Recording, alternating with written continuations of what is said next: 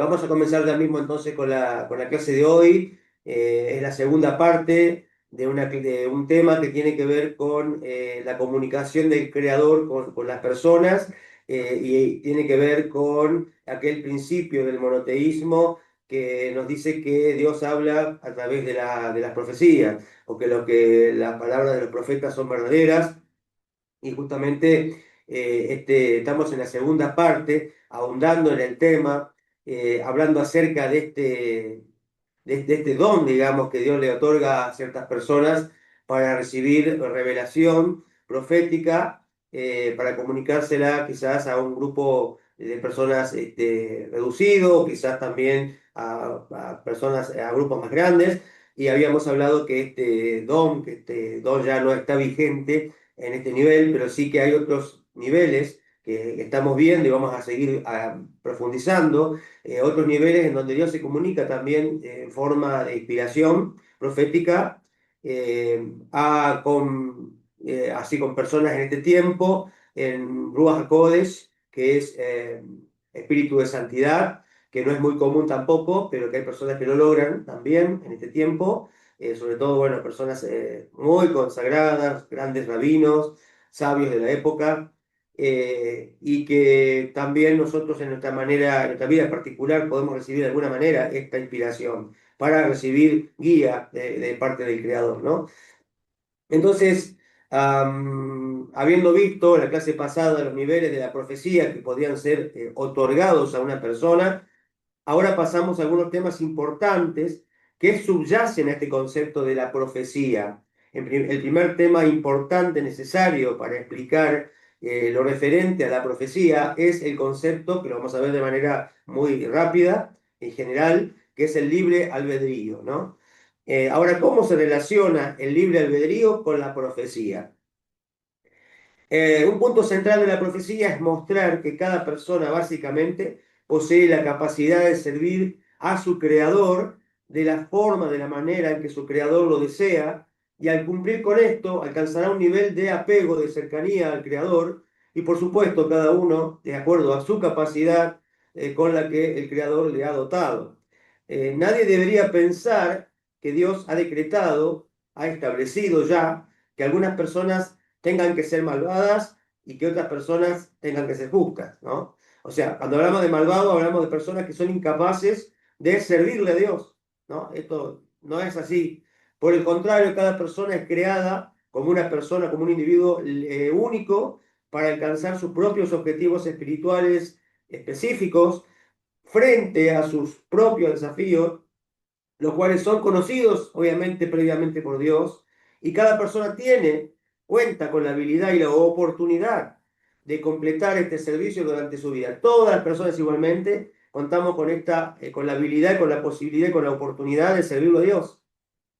Somos libres de decidir. Y al mismo tiempo, Dios no determina cuáles serán las acciones que va a llevar a cabo cada persona. O sea, la persona es la que decide hacer el bien, cumplir un precepto, una misvá, hacer una obra de bondad, por ejemplo, o no. O decide, Dios libre de hacer otra cosa incorrecta. Pero obviamente Dios no establece cuáles serán las obras que la persona tiene que hacer, ¿no? Como que la persona no tiene libre decisión sobre el tema. En cambio, cada persona, por supuesto, elige con su propio libre albedrío, porque esa es una ley que estableció el Creador de esta forma para todos los seres humanos. La persona misma tiene la libertad de elegir si va a hacer lo bueno o lo malo. Básicamente, el libre albedrío se basa en esto, no en elegir qué trabajo elegimos, en qué ciudad vamos a vivir, con qué nos vamos a casar, porque básicamente esto ya viene establecido, viene dirigido desde arriba, pero lo que sí el ser humano puede elegir es hacer el bien o no hacerlo, y Dios libre de hacer lo malo. A partir de este primer tema esencial, el poder del libre albedrío, podemos llegar luego a un segundo tema también que es importante tener en cuenta para abordar el tema de la profecía, que es el principio de la recompensa y el castigo, o la recompensa y la sanción. Me gusta más la palabra sanción, ¿no? Sanción a una norma, digamos, a una persona que quebranta una norma. Entonces Dios otorga una buena recompensa a los que hacen el bien, a los que deciden hacer el bien, y sanciona a aquellos que hacen el mal. O sea, no solamente existe eso de, digamos, de lo que, de causa y efecto, como dicen algunos por allí, causa y efecto, sino que también hablamos de recompensa y de sanción. La persona que hace lo correcto es recompensada por el Creador de manera particular, y aquel que hace lo incorrecto es sancionada por Dios de manera particular, en su momento, ya sea en esta vida, en la vida que viene, etcétera, como Dios quiere, pero siempre es Dios el que está haciendo justicia sobre cada persona, ¿no? Entonces, cada persona es juzgada por las elecciones, libres elecciones que realizó. Si todo fuese decretado por Dios y la humanidad no tuviera libre albedrío, no tendría entonces sentido la recompensa, ya que no sería la persona realmente la que eligió hacer el bien. Entonces, ¿por qué existiría una recompensa? No, no sería, no tendría sentido. Del mismo modo, no tendría sentido la sanción, el castigo, ya que lo malo que hizo la persona lo hizo porque Dios quiso que lo hiciera o lo mandó a hacerlo, prácticamente así. Por lo tanto, no tendría responsabilidad el malvado de hacer el mal. Estos dos temas son esenciales y lo vamos a explicar obviamente más adelante, cuando entremos en la puerta de la Teshuvá, allá más al final, la puerta de la Teshuvá, con ayuda del Creador, ahí vamos a hablar un poco más acerca de estos temas esenciales. Vamos a profundizar estos temas. Así como la recompensa y la sanción en este mundo y en el más allá por las acciones que realiza una persona en este mundo, o sea, aquel que elige hacer el bien y observar lo que Dios le ordena, merecerá algún tipo de recompensa, y por el contrario, habrá algún tipo de sanción para quien transgreda y no se arrepienta. También hay otro tipo de recompensa y sanción por la espiritualidad de la persona. Entonces Dios acerca a él mismo, atrae a él, a una buena persona que actúa correctamente y la ayuda a hacer aún más acciones buenas, y alcanzar aún niveles más elevados espirituales, a ser exitosa en su servicio divino, y le va a ayudar a completar esa imagen divina dentro de ella.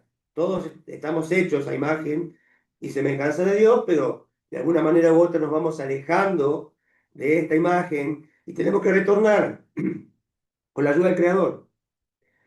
En caso contrario, Dios esconde su rostro de una mala persona, la rechaza. O sea, cuando la persona dice que Dios esconde su rostro, es como que está quitando su misericordia, su mirada de misericordia, ¿no?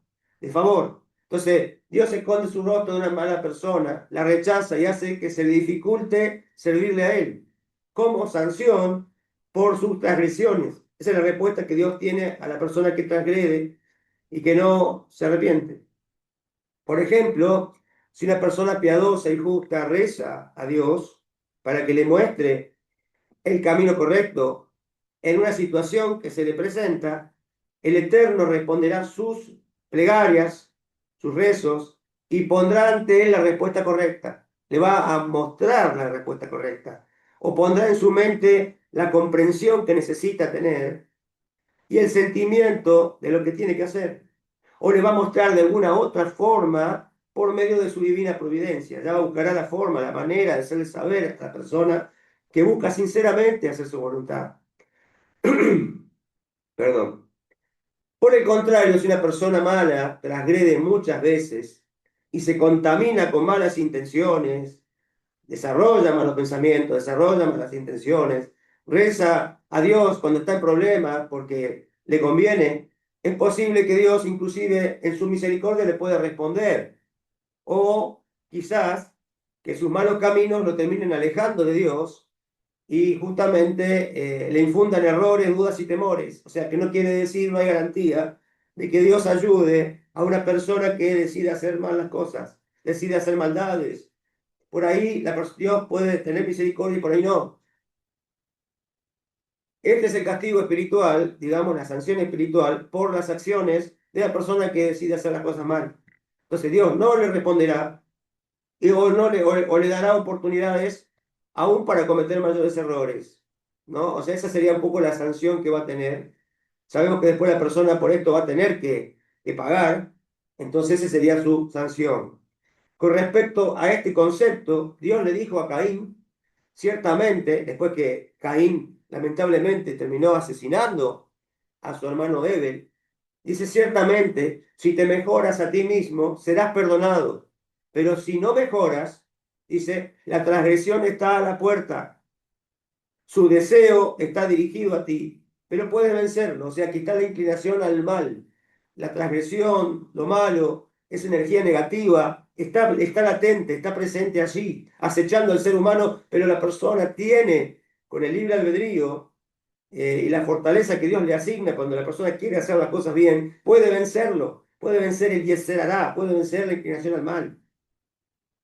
Esto significa que si su camino es correcto, lo cual depende de su elección, de su decisión, la persona puede recibir perdón por su transgresión y corregir sus errores. Pero si no toma un buen camino, no decide tomar el buen camino, la transgresión se esconde detrás de la puerta y está lista esperando para que la persona se equivoque. Así que no digas, dice, este asunto está decretado sobre mí, no es mi culpa que haya transgredido, no pude evitar cometer esta mala acción que se me presentó. Más bien, conoce que la inclinación al mal que tú tienes solo te desea, te hace desear, te hace querer, te hace desear transgredir. Te está tentando. Pero puedes, si decides controlarla y así obtener el mérito de ir en contra de tu naturaleza, de aquello que viene dentro de ti. Ese es el mérito. La elección de cómo actuar está en tus manos, no está en las manos de la inclinación al mal. Tú puedes decidir no hacer lo que dice, lo que te sugiere la inclinación al mal. Inclusive se aconseja tomar la inclinación al mal como el GPS, pero no para hacer lo que dice, para hacer lo contrario. Cuando te dice que tenés que contestar mal, voy a contestar bien. Si te dice enojate, no me voy a enojar, me voy a enojar, pero me voy a enojar contigo, inclinación al mal, para no hacer lo que dices tú. Asimismo, los sabios dijeron, Reish Lakish explicó el versículo, si uno se siente atraído por los burladores, se burlará, pero si se siente atraído por los humildes, hará favor, el favor de Hashem, por supuesto. Si uno se contamina, el cielo le abrirá el camino, le dará la posibilidad de que siga ese camino, le dará energía para seguir adelante con sus malas decisiones, pero si uno se purifica, el cielo también los va a asistir para que se siga purificando más. Esto significa que si una persona busca un camino para contaminarse con la transgresión o convertirse en una persona burladora de la voluntad de Dios, Dios libre, Dios le dará oportunidad inclusive de hacerlo. Y le abrirá el camino, le dará la oportunidad, le dará todo para que pueda hacerlo a su antojo. Aunque esto sigue estando dentro de su libre albedrío, sigue estando dentro de su libre decisión. Pero a quienes son humildes y buscan el camino correcto de Hashem, Dios les concederá favor y asistencia para que lo pueda hacer. Aquel que realmente quiere corregirse, se le da ayuda del cielo, fuerza del cielo para poder hacerlo. El otorgamiento de Dios, del libre albedrío, la recompensa y la sanción, pueden ser comprendidas a través de lo que vimos en la primera puerta, el camino del conocimiento de Dios. Cuando explicamos que existe la divina providencia sobre todo lo que nos ocurre, aún en los mínimos detalles, lo que significa que Dios se interesa realmente, está inmiscuido en la creación, en lo que nos pasa a cada uno individualmente, a cada instante, incluidas todas nuestras acciones hasta el más mínimo detalle. Dios unifica su voluntad con las acciones de una persona, cuando decide hacer el bien, por supuesto, de modo que cuando ésta realiza una acción positiva, la presencia divina, la Shejinah, se asocia con ella, viene a estar con ella. Cuando una persona realiza una buena acción, Dios se agrada por esta buena acción. Pero cuando una persona hace algo malo, la presencia divina, la Shejinah, se aparta. O sea, rechaza esta mala acción. Por lo tanto, no debemos equivocarnos como que aquellos que piensan que Dios dejó la creación sola al control del orden natural, sin una providencia divina, sin una guía de la providencia divina, y que a Dios no le importan realmente las acciones que hacen las personas. la presencia y la participación de Dios en las actividades de cada persona e incluso en sus pensamientos, en sus sentimientos, proporciona en sí ya mismo, a través de esto, una chispa de profecía. ¿Sí? O sea, el hecho de que Dios esté cerca de uno, esté conectado con uno, ¿sí? A través de los pensamientos, de los sentimientos y a través de esa relación que tiene la persona con Dios, se le comunica una pequeña chispa quizás de profecía.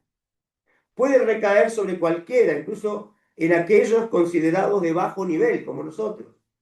Cuando una persona se comporta bien, se comporta correctamente, con temor a Dios, con amor a Dios, la Shejinah, la presencia divina, que está presente, unida a nuestras acciones o por nuestras acciones buenas, se puede percibir.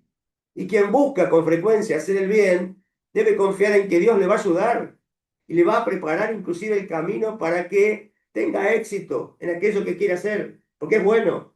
La persona se larga a hacer algo bueno y Dios lo va a acompañar. Sin embargo, no todos merecen estar conscientes de esta ayuda divina. Cuando una persona justa reza a Dios para que la ayude en algo, en algún asunto que necesita, por lo cual necesita la ayuda de Dios, Él escucha realmente su plegaria y le ayuda de acuerdo con sus buenos deseos y sus buenas intenciones. Los buenos deseos, las buenas intenciones son importantes también. No es todo, pero empezamos por ahí. Si la persona lo merece, percibirá y comprenderá la respuesta de Dios y su divina providencia. O sea que Dios le hablará de alguna manera, le comunicará lo que necesita saber. Debe intentar unirse la persona entonces a la presencia divina, a la Shekinah, a través de su conducta, de su plegaria, mientras se presenta ante Dios y le abre su corazón en súplica, ¿sí? A través de la conexión por la plegaria. Debe eliminar de su mente todos los pensamientos que la distraigan hasta que estos pensamientos y las intenciones lleguen a ser puros y su corazón y sus pensamientos se logren concentrar únicamente en la plegaria, o sea, en el Creador al cual está dirigiendo su plegaria. De esta manera, los piadosos de las primeras generaciones, hablamos de los grandes piadosos, del pueblo judío y también anteriormente, monoteístas, se recluían y se concentraban en sus plegarias a Dios hasta que se liberaban de las preocupaciones físicas, de las preocupaciones de este mundo. Porque mientras estamos inmersos en nuestras preocupaciones, en nuestras ansiedades, en nuestros temores, no podemos escuchar a Dios, no podemos tener esa conexión íntima con Él. Y justamente las personas se recluían, buscaban soledad y se lograban liberar de sus preocupaciones y lograban fortalecer su mente, su intelecto espiritual, hasta alcanzar un nivel de conexión con Dios cercano al de la profecía. Vamos a ver justamente que para poder llegar a una conexión profunda con Dios tenemos que buscar alegría y desechar la tristeza, desechar el temor, desechar todas estas cosas que son obviamente negativas y que nos separan de Dios. Entonces, para poder entrar en una relación que nos permita recibir esta chispa profética, digámoslo así, es necesario sacar de nuestra mente el temor, sacar de nuestra mente los temores, las preocupaciones, que estamos pensando cómo vamos a resolver nosotros, solos, los problemas. No, no pensemos más en ese momento de rezo, de reclusión, solamente Dios y nosotros. Y pensemos en su gran poder, en su gran amor, en su providencia, y que todo viene de Él y que no hay nada fuera de Él. Vamos a ver ahora que hay varios niveles de profecía, vamos a volver al tema, vamos a hablar un poco más. Hay muchos niveles entre los profetas.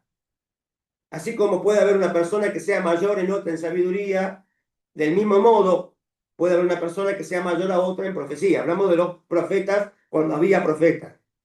Todos, menos el más grande de los profetas, ya sabemos quién es, Moshe, reciben solo su profecía en una visión a través de un sueño por la noche o durante el día, cuando cae en un sueño, en un trance profundo, en un sueño, ahí recibe en sueños, en esa situación exclusivamente, recibe la profecía. Como dice el libro de Bamidbar o Números 12:6, en una visión yo seré conocido por él, en un sueño, dice, hablaré con él. Esta es la forma en que Dios se comunicaba con los profetas, menos como sé. Ya vamos a ver. Cuando reciben su profecía, sus extremidades tiemblan, sus cuerpos se vuelven débiles, pierden sus sentidos y sus mentes reciben claridad para entender lo que ven. Esto es lo que se dice, por ejemplo, del patriarca Abraham, nuestro gran modelo monoteísta, ¿no? Por excelencia, que él, sin ser todavía, sin estar bajo el pacto, digamos, de la Torá de los 613 preceptos, porque fue anterior, es el que con él comenzó justamente esta línea digamos, de descendencia, en donde sus descendientes llegaron a este pacto, ¿no? A recibir el pacto en el Sinai. Pero Abraham fue anterior, y Abraham dice que el sol, que profetizó, el sol, dice, llegaba a su ocaso cuando un profundo sopor se abatió sobre Abraham. Y dice, y aquí, que un gran temor y oscuridad cayó sobre él. Él se durmió profundamente, tuvo este trance, un trance. Y allí fue donde Dios le habló a él. Bereshit, Génesis 15:12. Del mismo modo, el profeta Daniel, que en realidad no fue un profeta, pero sí recibió Ruach HaKodesh, que es un nivel inferior, describió su condición cuando se le apareció una visión. Dice que no quedó en mi fuerza y mi jovialidad se me cambió en palidez de muerte y no retuve vigor alguno. Daniel 10:8. Ahí vemos cómo Daniel recibía sus visiones. También muy similar a los profetas. Entonces, vemos que los profetas no recibían la profecía cuando ellos querían, sino cuando Dios quería, cuando el Eterno quería, no cuando ellos querían. Diferente Moshe. Si deseaban recibir una profecía para ellos mismos o para otra persona, necesitaban fijar sus mentes en Dios, retirarse a un lugar solitario, a un lugar donde estaban solos para conectarse y experimentando sentimientos de alegría. Si no los tenían, tenían que producirlos, tendrían que generarlos, inclusive con música, con música. Porque la profecía no descansa sobre una persona, sobre un profeta que esté triste, como dijimos recién, preocupado, sino cuando la persona está despreocupada y alegre, alegre. La alegría es muy importante. La alegría en el monoteísmo es muy importante porque es un signo de elevación espiritual. Por lo tanto, cuando el profeta Elisha, el profeta Eliseo, necesitaba recibir profecía, pero su mente estaba agitada, llamaba a un músico para que le tocara, y de esta manera él se podía acomodar mentalmente, podía elevar su estado de ánimo, y luego pudo profetizar. Como dice Segunda Reyes 3:15, sucedió que cuando el músico tocó, la mano del Eterno vino sobre él. Miren qué importante que es la música. Música monoteísta. La música te eleva, la música te alegra, la música te levanta. Cuando estás allí, que te cuesta. Entonces es importante tomarse tiempo para escuchar una música monoteísta. Hay tantas músicas de cantantes consagrados, judíos principalmente, que nos elevan cuando los escuchamos. La melodía, inclusive, que se compone cuando es compuesta con fines de adoración al Creador, aunque sea música instrumental, algún nigunín, alguna melodía espiritual, nos ayuda. Y estas características se aplican a todos los profetas, excepto a Moshe, nuestro maestro por excelencia, por supuesto, de todos los monoteístas, el maestro de todos los profetas, él, obviamente, el más grande de todos.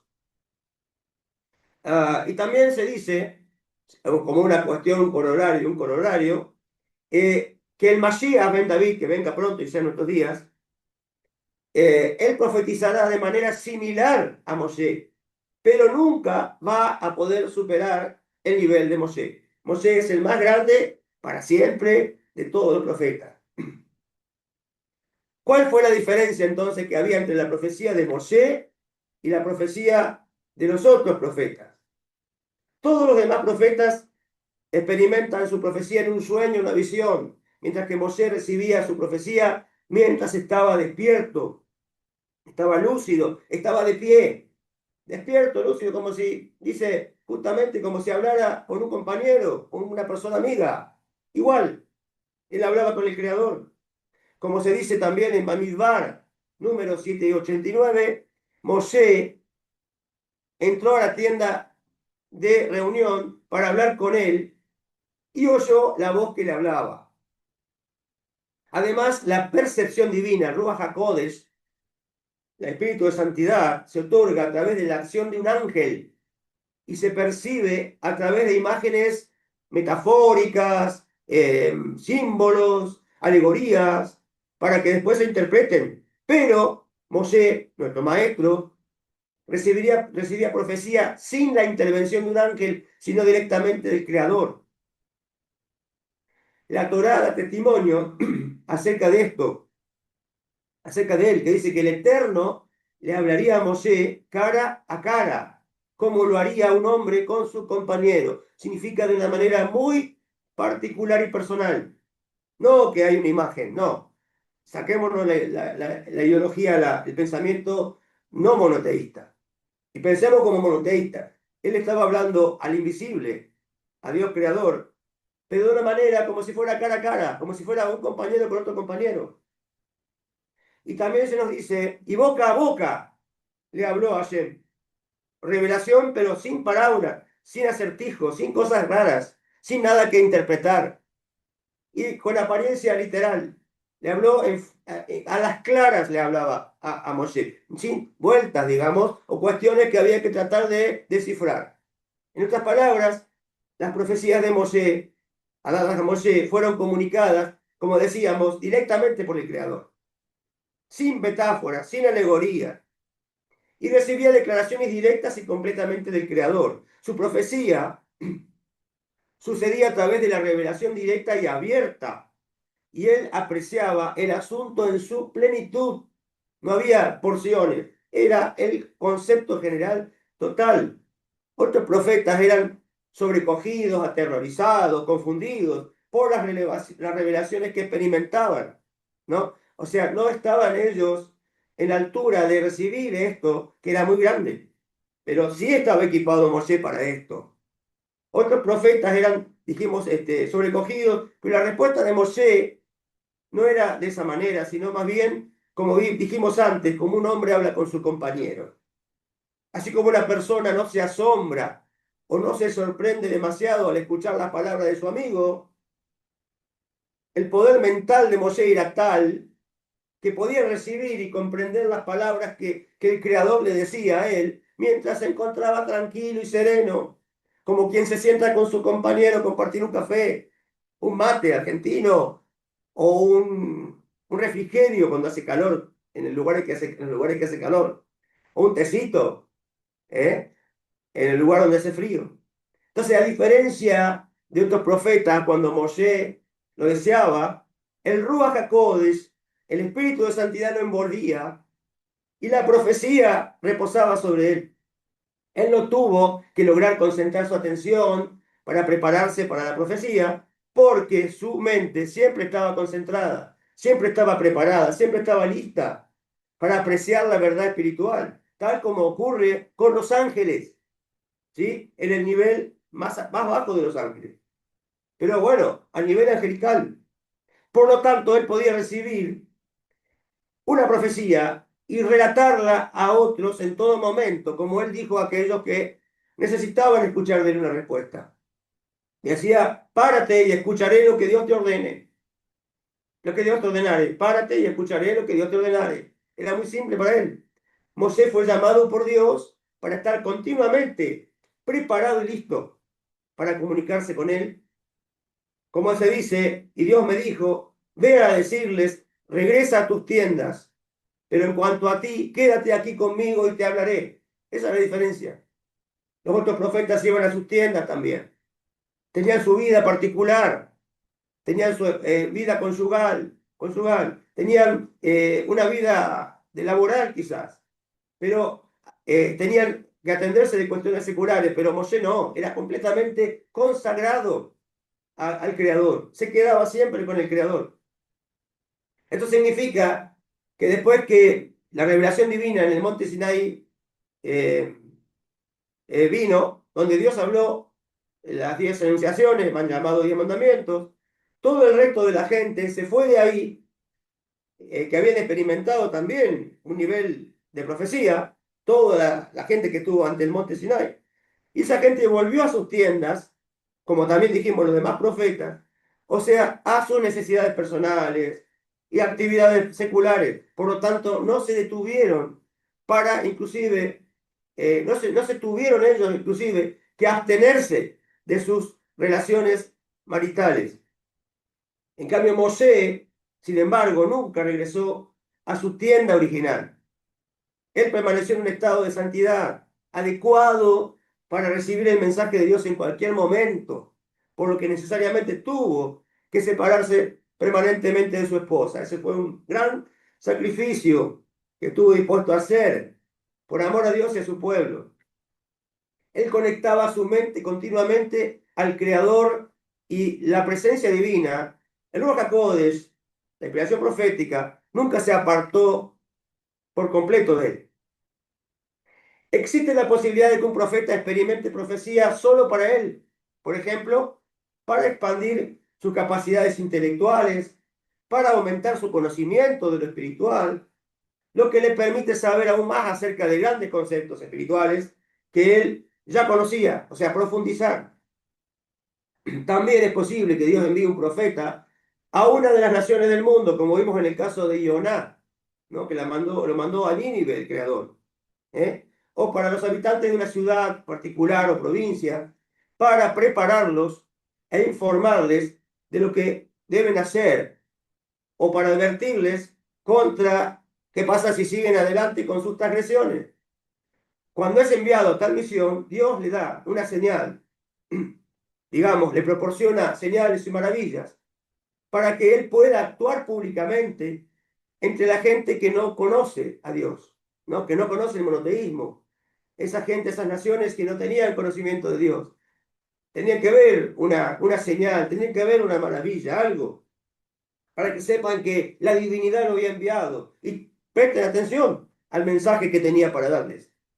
Y sin embargo, no todos los que realizan un milagro deben ser aceptados como profetas, como vamos a ver luego, porque ese no es el criterio que establece la ley de la Torá para un profeta.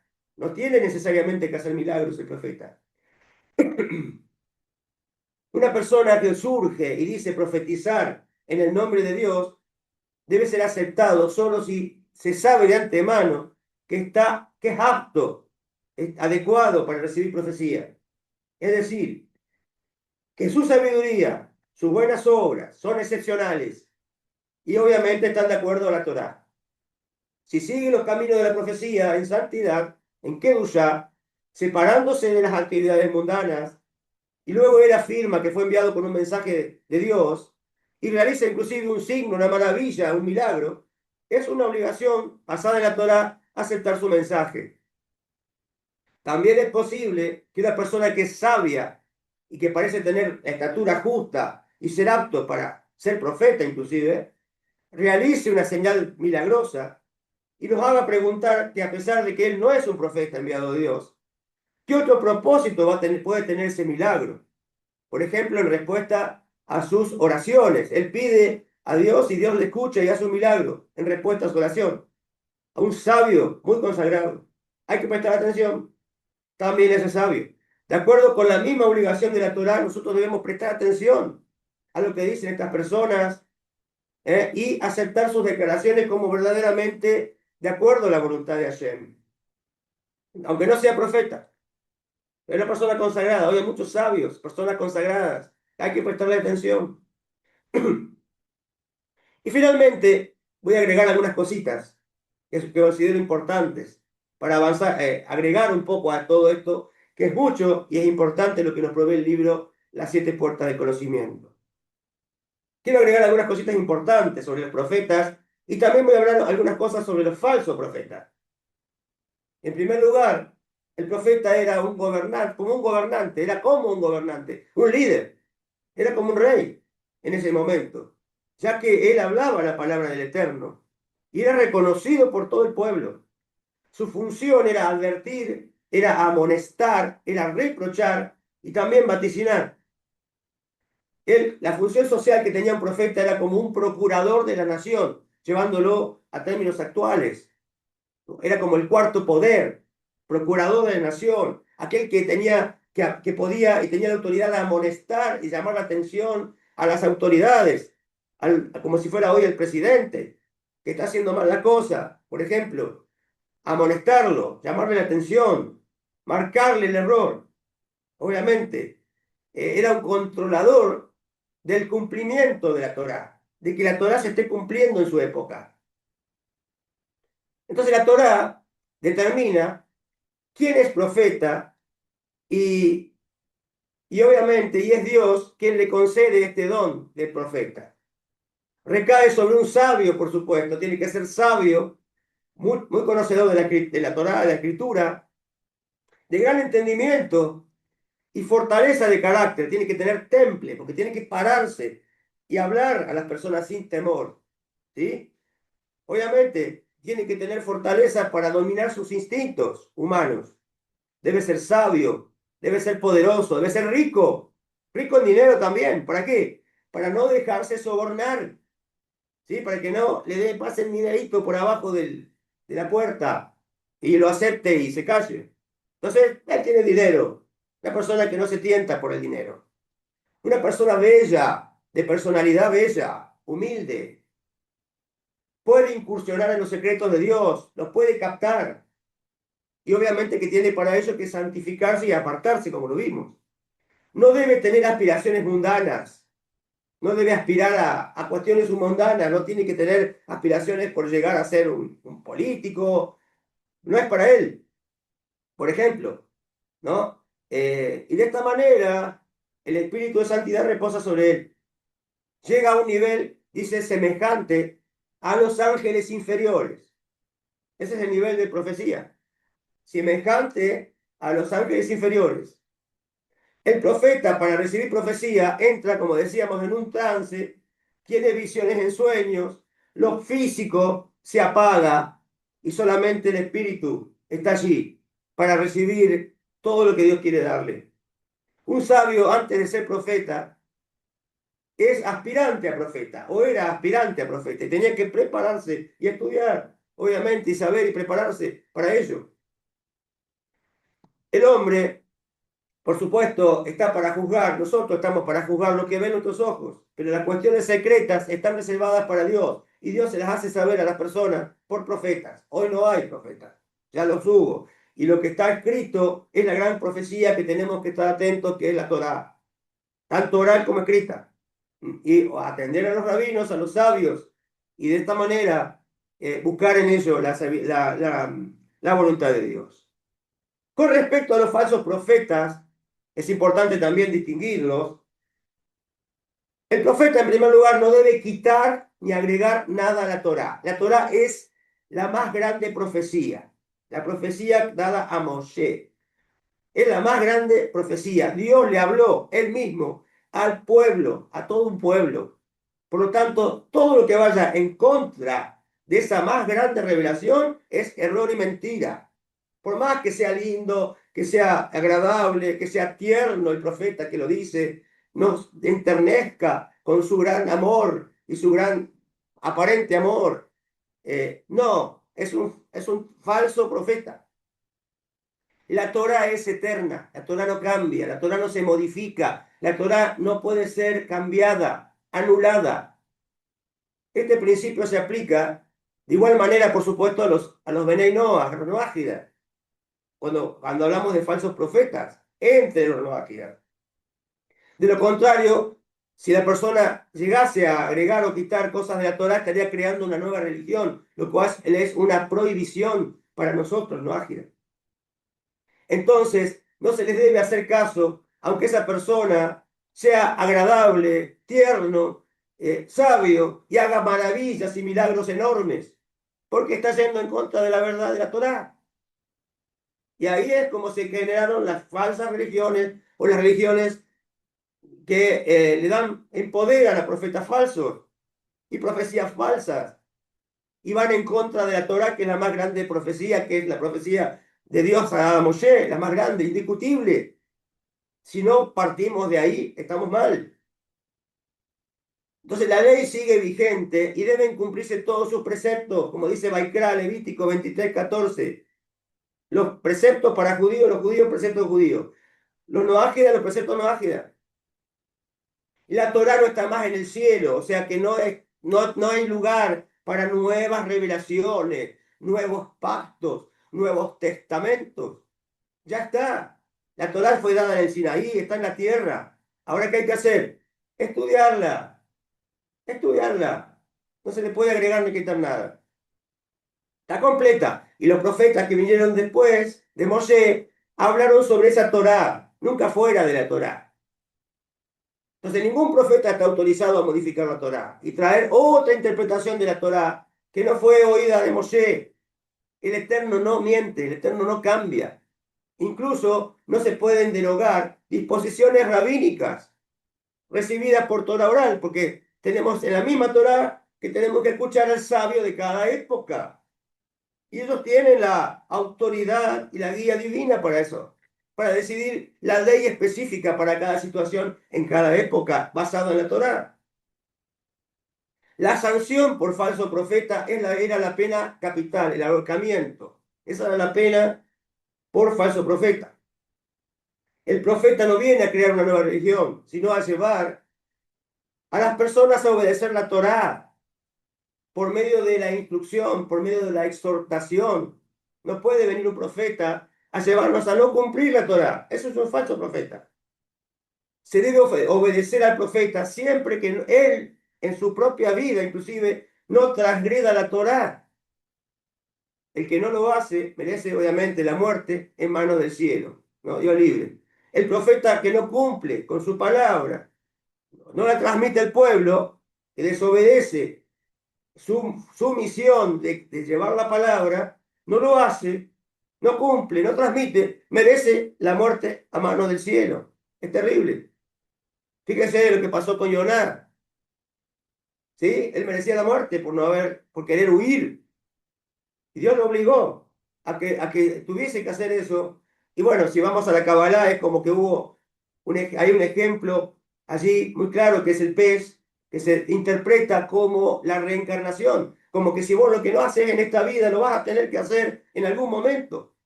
Vas a tener que volver para hacer lo que tenías que hacer. Y finalmente, voy a detallar algunas señales de un verdadero profeta, como para terminar, para recalcar un poco y que quede claro esta diferencia entre un verdadero profeta y un falso profeta.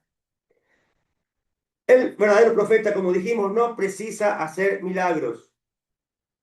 Debe presentarse diciendo que Hashem lo envió, debe dar un vaticinio de un suceso recibido por visualización y descripción, que nadie lo pueda ver o saber por otro medio, por el sentido, por el razonamiento, solamente por revelación. Debe calificar para ser profeta, debe reunir todas las condiciones que vimos. No viene a quitar ni añadir nada a la Torá, Dios libre. Si un detalle no se cumple, no puede ser aceptado. O sea, si alguien dice que va a suceder esto, que es bueno, y no sucede, no es un profeta verdadero. Pueden vaticinar situaciones mundiales como hambruna, sequía, etcétera, o situaciones personales, ya sean positivas o sean negativas. Si son positivas, se tienen que cumplir siempre. Si no se cumplen, el profeta no es verdadero. Si es negativa, si hay teshuvá, no tiene por qué cumplirse. Porque la finalidad de la profecía, cuando viene una profecía negativa, dura, de un mal decreto, o sea, un decreto negativo, la persona tiene la posibilidad de que no se cumpla esa palabra si hace teshuvá. Entonces, cuando el profeta dice, como en el caso de Yoná, le dijo a Nínive, que si no se iba a ser destruida, pero si se arrepentía, no. Y bueno, la gente se arrepiente y no sucede nada. No es porque el profeta sea falso, porque el profeta se equivocó, sino porque ellos se arrepintieron. Esa es la condición de una profecía con decretos negativos. Los adivinos y los astrólogos, por otro lado, no vaticinan a la perfección. Dicen una parte bien y una parte mal. Siempre hay algo que no están pegándola y por lo tanto son falsos.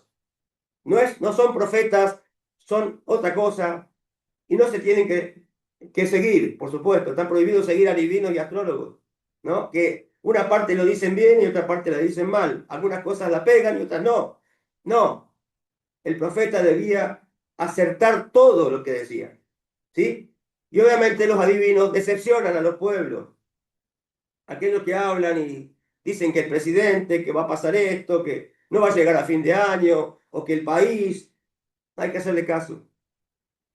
Si no se cumplen situaciones, dijimos, de la calamidad, no quiere decir entonces que se trate de un falso profeta, sino que el Eterno perdona a las personas que se arrepienten, ¿sí? O sea que son advertencias y son condicionales, pero lo positivo tiene que cumplirse. De lo contrario, no sería un profeta verdadero. De esta forma terminamos nuestra exposición, un poco larga, pero de esta manera terminamos todo lo que es referente a los profetas, ¿sí? Nos quedaría ver la profecía de Moshe, que lo vamos a ver en otro momento, pero la Torá como profecía. Pero ahora estaríamos terminando con esto del don, este don de profeta, y cómo diferenciar un profeta verdadero de uno falso, y cómo ver que muchas veces religiones se arman en torno a falsos profetas, y la gente sigue falsos profetas. Dios libre. Es momento, es posible, es la posibilidad hoy de que la gente diga, no, yo no quiero seguir un falso profeta, ya más, que me han pintado como una persona cariñosa, amorosa, que hacía milagros, que daba de comer a la gente. No, no. La Torá es lo único que vale. La más grande profecía. Lo que va en contra de la Torá es falso. Más allá que digan que tienen que ver con la Torá.